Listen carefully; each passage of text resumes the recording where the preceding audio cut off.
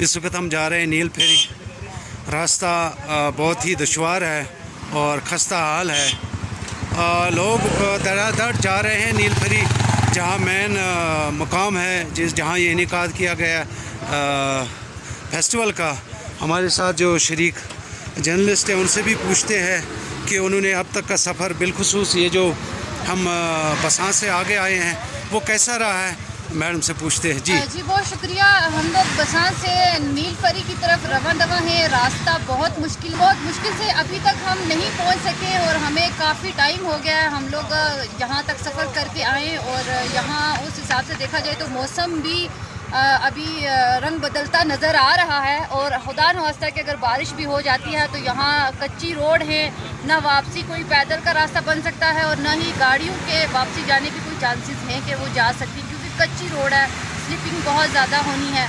तो मैं ये कहना चाहूँगी कि यहाँ के जो सियासी जो लोग हैं उनको चाहिए कि नील फेरी एक, हम अभी तक गए नहीं हैं, जाएंगे तो फिर उसके ऊपर भी कमेंट्स देंगे, लेकिन जैसा हमने सुना है कि वो बहुत ही एक खूबसूरत मकाम है और उस मकाम पे जाने के लिए रोडों की ये हालात है, तो यहाँ जो टूरिस्ट हैं उनके लिए कितनी मुश्किलात होंगी। और इसके लिए चाहिए, हुकूमत को चाहिए कि ये इस रोड के ऊपर जल्द से जल्द काम करवाए। ठीक है, ये थी हमारे साथ मैडम फाजिया।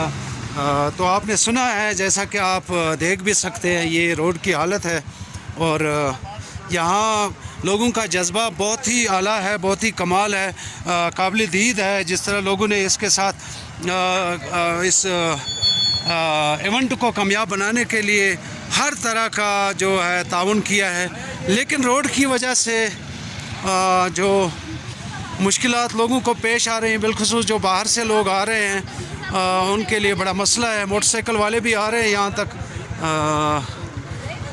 उनका मामला थोड़ा गड़बड़ी है। इनसे भी पूछते हैं कैसा लग रहा है लाला, है मज़ा? रोड की हालत गुड है। आप सुनाए बुज़ुर्गों कैसे हैं? अच्छा ठीक है, खुश है, एंजॉय कर रहे हैं, गुड हो गया।